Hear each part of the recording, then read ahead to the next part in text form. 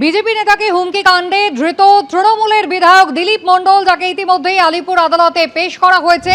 গত পরশুদিন পুরী থেকে পুলিশ তাকে প্রথমে আটক করে এবং পরে তাকে গ্রেফতার করা হয় সড়ক পথে ওড়িশা থেকে। তাকে গতকালই কিন্তু রাত্রে বিষ্ণুপুর থানায় নিয়ে আসা হয়। স্বাস্থ্য পরীক্ষার পর আলিপুর আদালতে পুলিশ আজ তাকে পেশ করেছে।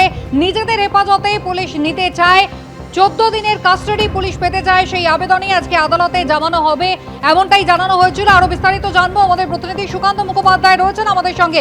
সুকান্ত, কি খবর রয়েছে? দেখো, কিছুক্ষণের মধ্যেই দিলীপ মণ্ডলের যে শুনানি তা শুরু হবে সিজেএম কোর্টে, এবং সেখানে দিলীপ মণ্ডলের তরফে আইনজীবী তার জামিনের আবেদনই করবেন এমনটাই জানা যাচ্ছে। অন্যদিকে এসটিএফ এর তরফে 14 দিনের পূর্ণ হেফাজতের মেয়াদ চাওয়া হবে দিলীপ মণ্ডলকে। ফেরার থাকার 13 দিনের মাথাতে উড়িষ্যা উপকূলের কাছে তার ফোনের টাওয়ার লোকেশন ট্রেস হয়। পরবর্তীকালে উড়িষ্যা পুলিশের সহযোগিতাতে গতকাল একেবারে ভোরের দিকে তাকে গ্রেফতার করা হয়েছিল ব্লু লিলি হোটেল থেকে পুরীর, এবং সেখান থেকে সড়ক পথে প্রায় 12 ঘন্টা জার্নি করে গতকালকে রাত্রে প্রায় 2টো নাগাদ বিষ্ণুপুর থানাতে নিয়ে আসা হয় এবং সেখানে তাকে টানা জিজ্ঞাসাবাদ করা হয়। এবং কিছুক্ষণ আজকে সকাল 7টা নাগাদ তাকে সরাসরি সেখান থেকে নিয়ে আসা হয় আলিপুর আদালতে। তার বিরুদ্ধে যেটা অভিযোগ, যে বিষ্ণুপুর থানাতে একাধিক অভিযোগ দায়ের করা হয়েছে, যার মধ্যে ভোটের আগে এবং ভোটের পরে বিজেপি কর্মী সমর্থক বা বিজেপির যারা নেতা রয়েছেন তাদেরকে উদ্দেশ্য করে হুমকি, অভিযোগ দেওয়া, তোলাবাজির একাধিক জামিন অযোগ্য ধারায় তার বিরুদ্ধে কিন্তু অভিযোগ রয়েছে। এবং এই অভিযোগের পরিপ্রেক্ষিতে যখন গত 14ই মে পৈলানে তার বাড়িতে বিষ্ণুপুর থানার পুলিশ যায় তার খোঁজে, সেই সময় কিন্তু দেখা যায় যে সিসিটিভিতে যে ফুটেজ সামনে আসে, যে সেখান থেকে পালিয়ে যেতে দেখা যায় সেই নেতাকে। পরবর্তীকালে 5 বারের এই বিধায়ককে বিভিন্ন জায়গাতে তল্লাশি করা হয়, তার ফোনের টাওয়ার লোকেশন ট্রেসও করা হয়, কিন্তু তার নাগাল পাওয়া যায়নি। 18ই মে অর্থাৎ এই ঘটনা 4 দিন বাদে অর্ঘ্য মণ্ডল অর্থাৎ দিলীপ মণ্ডলের ছেলে, তাকে বেআইনি অস্ত্র মামলাতে তাকে গ্রেফতার করা হয়। তাকে জিজ্ঞাসাবাদ করেও কিন্তু বাবার কোনো রকম হদিশ পাওয়া যাচ্ছিল না। শেষমেশ 13 দিন গা ঢাকা দেওয়ার পরে তাকে পুরী থেকে গ্রেফতার করা হয়েছে। এবং কিভাবে তিনি একেবারে বিষ্ণুপুর থেকে পালিয়ে পুরী অবধি পৌঁছে গেলেন, এর আগে কোথায় কোথায় তিনি গা ঢাকা দিয়েছিলেন, তার যে রুট ম্যাপ, কারা তাকে টাকা দিয়ে সাহায্য করেছিল, কারা তাকে আশ্রয় দিয়েছিল, গোটা বিষয়টি জানার চেষ্টা করছে তদন্তকারীরা। এবং সেই কারণে এসটিএফ এর তরফে দিলীপ মণ্ডলকে নিজেদের হেফাজতে চেয়ে আবেদন জানাতে চায় এমনটাই জানা যাচ্ছে। আর কিছুক্ষণের মধ্যেই সিজেএম কোর্ট অর্থাৎ চিফ জুডিশিয়াল ম্যাজিস্ট্রেটের কোর্টে এই সংক্রান্ত মামলার শুনানি বা সওয়াল জবাব শুরু হবে। সুকান্ত, ধন্যবাদ।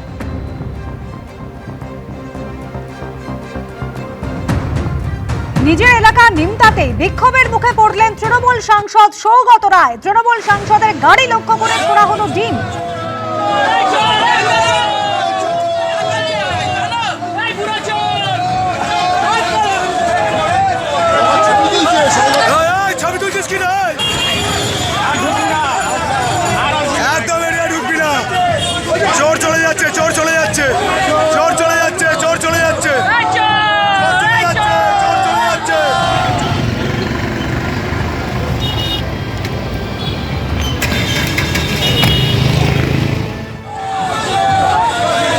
অরিত্রিক ভট্টাচার্য আমাদের প্রতিনিধি রয়েছেন আমাদের সঙ্গে টেলিফোন লাইনে। অরিত্রিক, একেবারে তৃণমূল সাংসদের গাড়ি ঘিরে রয়েছেন বিক্ষোভকারীরা, এমনকি চোর বলে কটাক্ষ করছেন। কেন এই বিক্ষোভ? একেবারে তাই। দেখো, সৌগত রায় আজকে সকালবেলা নিমতা থানায় গিয়ে পৌঁছন। তার নিমতা থানাতে তার যেটা দাবি, তিনি গেছিলেন ডেপুটেশন দিতে, এবং সেখানে তার ডেপুটেশনের বিষয়টা ছিল যে একাধিক জায়গায় নিমতা এলাকায় বা উত্তর দমদম পুরসভা এলাকাতে আক্রান্ত হয়েছেন তাদের কাউন্সিলররা। সেই অনুযায়ী ডেপুটেশন দিতে গেছিলেন সৌগত রায়। তিনি যখন সেখান থেকে বেরোচ্ছেন তখনই তাকে ঘিরে বিক্ষোভ দেখানো শুরু হয়। তিনি গাড়িতে উঠে পড়েন এবং গাড়িতে ওঠার পর শুধু বিক্ষোভ নয়, তার দিকে ডিম পর্যন্ত ছোড়া হয়, এমনটাই অভিযোগ। এবং তারপরে বেশ কিছুক্ষণ এই বিক্ষোভ চলে। একেবারে নিমতা থানার সামনে সৌগত রায় 2009 থেকে দমদমের সাংসদ, তার সাংসদ এলাকার মধ্যে থানার সামনে তাকে ঘিরে বিক্ষোভ দেখানো হয়। তারপরে তিনি সেখান থেকে বেরিয়ে যান এবং তার যেটা অভিযোগ, যে যারা বিক্ষোভ করেছেন তারা প্রত্যেকেই বিজেপি কর্মী। এবং তিনি যেটা প্রশ্ন তুলেছেন, যে একদিকে যেহেতু সুশাসনের কথা বলা হচ্ছে, তাহলে এই ধরনের বিক্ষোভ সাংসদকে ঘিরে হচ্ছে কেন?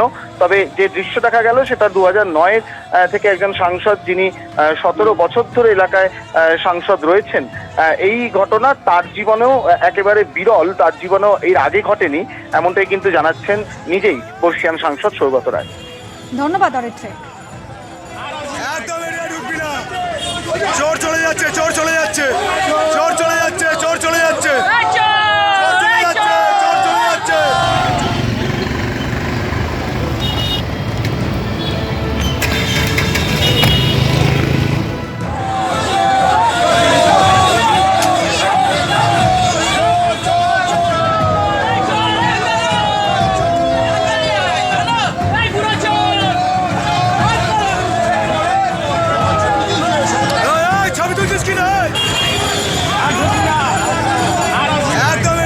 এবিপি আনন্দ, এগিয়ে থাকে, এগিয়ে রাখে।